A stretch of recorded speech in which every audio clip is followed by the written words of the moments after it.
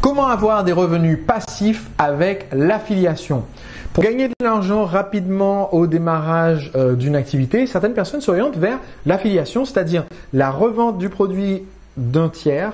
de façon à toucher une commission sans avoir à gérer tous les aspects administratifs et le service après-vente de ce produit. Sur le long terme, le meilleur moyen de gagner de l'argent de façon passive avec l'affiliation, c'est d'être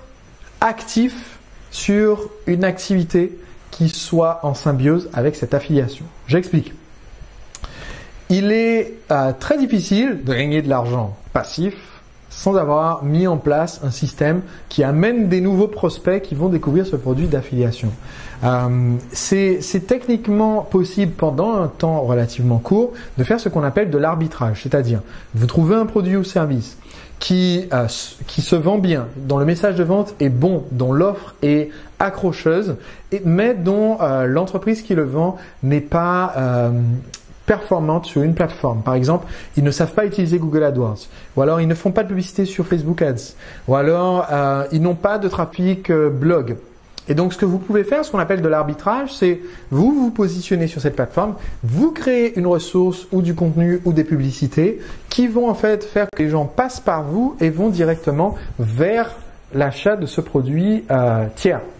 Donc, par exemple, il y a eu toute une période dorée au début des années 2000 où on pouvait gagner pas mal d'argent en faisant de la publicité sur Google AdWords, sur des mots-clés, et la publicité menait directement via votre lien d'affilié, votre lien de référent, vers le site de votre partenaire. Comme ça, vous n'avez pas besoin de faire de site, juste de mettre quelques pubs en ligne, juste de payer sur Google AdWords et de laisser tourner en automatique, toucher les commissions, réinvestir en pub et ainsi de suite. Donc, c'était possible et c'est encore aujourd'hui possible, pas sur AdWords, mais sur d'autres plateformes, de procéder comme cela. Par contre, c'est une stratégie qui a toujours une courte durée parce qu'en fait, la société mère, c'est-à-dire celle qui vend le produit, finit toujours par se rendre compte, mais j'ai pas besoin d'avoir un mec qui paye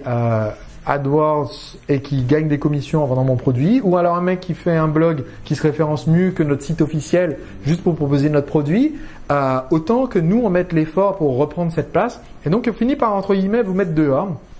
Et c'est inexorable de perdre de la vitesse quand on fait de l'arbitrage comme ça. Donc, le seul moyen de gagner des revenus passifs à long terme avec l'affiliation, c'est d'avoir une plateforme où vous êtes actif vous, parce que vous bloguez sur un sujet général qui vous intéresse, vous vendez vos propres produits sur une newsletter, vous avez votre propre forum que vous entretenez ou autre, et en corollaire de cette activité principale qui attire du monde, vous avez des produits ou services que vous pouvez recommander qui sont liés. Par exemple, j'ai une activité de formation pour les entrepreneurs, mais quand on me demande de recommander un outil pour faire du marketing par email, je recommande contacticiel.com qui me reverse quelques centimes à chaque fois que quelqu'un s'inscrit en passant par mon lien. Et c'est l'outil que j'utilise et que je recommande, mais ce n'est pas mon activité principale,